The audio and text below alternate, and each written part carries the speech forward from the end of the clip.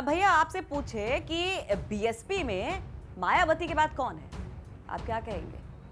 मिश्रा जी, बिल्कुल सही कहे। दलित पॉलिटिक्स से शुरू हुई ये पार्टी, उसमें दूसरे नंबर पर बैठे हैं बामन चेहरा मिश्रा जी। 2003 में जो बीएसपी में आए तो मानो कि माया के लिए कोई जादू लेकर आए। 2007 में हाथी की चाल बदल दी।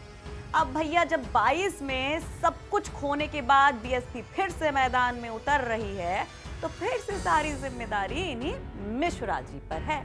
और आरोप भी इन्हीं मिश्रा जी पर खूब लगाए बागी लोग। जो नेता यहां से निकाले गए पार्टी से, बीएसपी से, वो बोले कि सब कुछ मिश्रा जी करवा रहे हैं। लेकिन इस पर मिश्रा जी क्या कहते हैं, आपको बताएंगे। नमस्कार, आप देख रहे यूपी तक और आपके साथ मैं हूं सुषमा। सतीश चंद्र मिश्रा, इस समय सब कुछ उनके ऊपर है। एक तरफ हाथी दम तोड़ता दिखाई देता है चुनाव दर चुनाव, तो अब एक बार फिर से उसको संजीवनी देने की जिम्मेदारी सतीश चंद्र मिश्रा ने अपने हाथों में ली है। अब जब इंडिया टुडे का कॉन्क्लेव था, हम चौपाल लगा रहे थे, पंचायत कर रहे थे यूपी की सियासत को लेकर, तो उनको भी आमंत्रित किया।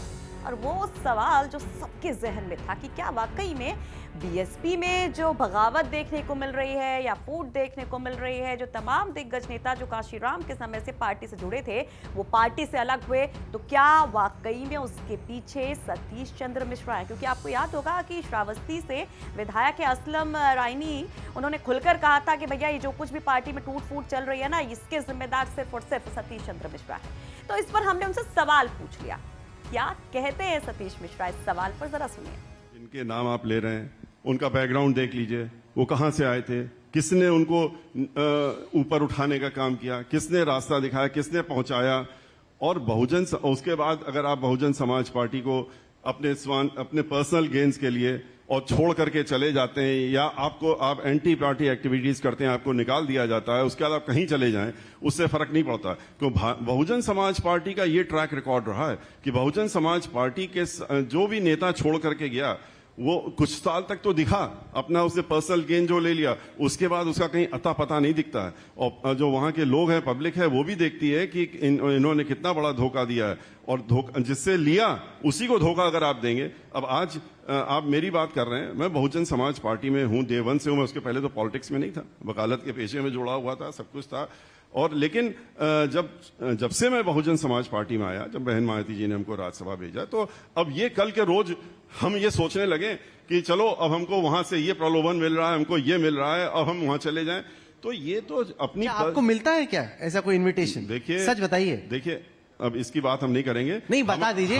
हो सकता है कि आपको बड़े सारे जॉब ऑफर आ रहे हो। हम आपसे खाली इतना कहना चाहते हैं, अगर हम इन सब चीजों में पड़ गए जिस दिन, तो उस दिन शायद हम रहने की जरूरत नहीं है, फिर हमको छोड़ देना पड़ेगा। ये नहीं कि पार्टी छोड़ना पड़ेगा, हमको ये दुनिया छोड़ देनी पड़ेगी। जब तक हैं तब तक हम बहुजन समाज पार्टी के साथ में हैं और उन्हीं के साथ में रहेंगे। हम ये धोखेबाजी वाली पॉलिटिक्स में नहीं बिलीव। तो मिश्रा जी कहते हैं कि भैया ये जो नेता लोग अलग हुए हैं ना बीएसपी से, या बाहर किए गए हैं या खुद से चले गए हैं, पार्टी छोड़ के, स्वामी प्रसाद मौर्य भी थे जैसे, और नसीमुद्दीन सिद्दीकी हैं, ये सब तमाम नेता थे जो बीएसपी में बिल्कुल ऐसा माना जाता था कि इनके बिना तो बीएसपी है ही नहीं। ये अलग क्यों हुए? मिश्रा जी कहते हैं कि इनकी महत्वाकांक्षाएं थी भैया। फिर सवाल ये उठा कि जब सब तितर बितर हो गए उस समय के सब नेता, तो ये मिश्रा जी कैसे टिके हुए हैं और कैसे नंबर 2 की पोजीशन पर बने हुए हैं? तो उस पर भी उन्होंने जवाब दिया, सुनिए जरा। देखिए, हो सकता है कि हम उन लोगों की तरह बड़े भारी पॉलिटिशियन नहीं हैं, हम एक आम आदमी हैं, एक वकालत करते हुए अपना हम इसमें आ गए हैं, और हमको कोई इस तरह की इच्छा बिल्कुल नहीं है कि हम ये बन जाएं, हम वो हो जाएं। तो मिश्रा जी कहते हैं लाख प्रलोभन मिले, बहुत सारे इनको भी चीजें थमाने की कोशिश की गई है पार्टियों की तरफ से, तमाम विरोधियों की तरफ से, लेकिन क्या मजाल कि मिश्रा जी हिल जाए। अरे भाई, बामन है और उन्होंने सौगंध ली है कि मायावती की नैया पार लगाएंगे, तो बैठे हुए हैं और इस तरह से ये बने नंबर 2 पर। फिर लेकिन सवाल ये आता है कि जब नंबर 2 पर सतीश मिश्रा है, तो जब मायावती अगर इन केस हटती हैं, कुछ भी होता है, तो पार्टी कौन संभालेगा? क्या मिश्रा जी दावेदारी है इनकी कि मायावती के पीछे ये सब कुछ करेंगे, संभालेंगे? हाँ, सवाल वही, उत्तराधिकारी कौन होगा, ये तो सवाल सबसे बड़ा वाजिब था। वो भी जब इनसे पूछा गया तो देखिए क्या जवाब देता है। और दूसरी बात रही आकाश आनंद जी की। आकाश आनंद जी पूरा उस समय यूथ जो है वो आकाश आनंद जी के साथ में जुड़ा हुआ है। वो रोज़ मीटिंग, इस समय भी उनकी मीटिंग चल रही है, वो हमारी पार्टी के नेशनल कोऑर्डिनेटर हैं। और यहाँ विरासत नहीं तय हो रही, यहाँ पर जो है पार्टी को मजबूत करने के लिए नौजवान लोग, यंगस्टर्स और बड़े लोग, बुजुर्ग लोग, हर कोई इकट्ठा होकर के अपनी पूरी शक्ति के साथ में लगा हुआ है और आगे बढ़ाने का काम कर रहा है। तो भाई आपके जहन में जो सवाल था कि एक इतनी बड़ी पार्टी जो दलितों की पार्टी मानी जाती है, नंबर 2 पर एक बाभन नेता मिश्रा जी कैसे बने हुए हैं, तो हमने कोशिश की उस सवाल का जवाब ढूंढने की, खुद उनके मुंह से सुनने की, लेकिन ये तो नेताजी हैं, नेताजी बहुत खूबी से जवाब देते हैं, इधर उधर लट पलट के कैसे भी बच के निकल जाते हैं। खैर, सतीश मिश्रा ने जो कुछ कहा इस बारे में वो हमने आपको सुना दिया, और हमारी कोशिश है कि भैया ये जो नेता आते हैं, अपने दावे करते हैं, बातें करते हैं, उससे इतर जो कुछ भी है वो आपको बताएं, समझाएं, और इसीलिए ये सवाल हमने उनसे पूछे और जवाब उनसे लिया।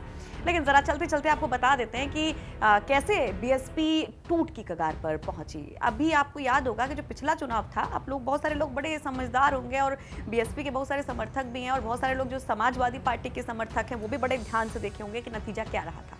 19 सीट केवल बीएसपी को मिली थी, और उसमें से स्थिति ये हो गई है, हाल ये हो गया है बीएसपी का कि अभी मौजूदा समय में अगर आप देखेंगे तो मात्र 7 विधायक बचे हैं, बाकी सब इधर उधर हो रही है। और रामअचल राजभर की हम बात कर रहे हैं, और लालजी वर्मा जब निकले थे तब बहुत बड़ा सवाल उठा था कि अब बीएसपी की नैया कैसे पार लगेगी, कौन है नेता बचा हुआ, तो सिर्फ और सिर्फ एक नेता नजर आते, सतीश चंद्र मिश्रा। खैर, ये रही बीएसपी की बात, लेकिन ब्राह्मण सम्मेलन से क्या वाकई में सतीश चंद्र मिश्रा 2007 वाला कमाल करके दिखाएंगे और फिर से हाथी की वही चाल नजर आएगी? इस पर रहेगी हमारी नजर। हर एक पॉलिटिकल खबर का सही अड्डा यही है, और यहाँ पर ना खबरें होती है बल्कि खबरों की खबर होती है। तो देखते रहिए यूपी तक।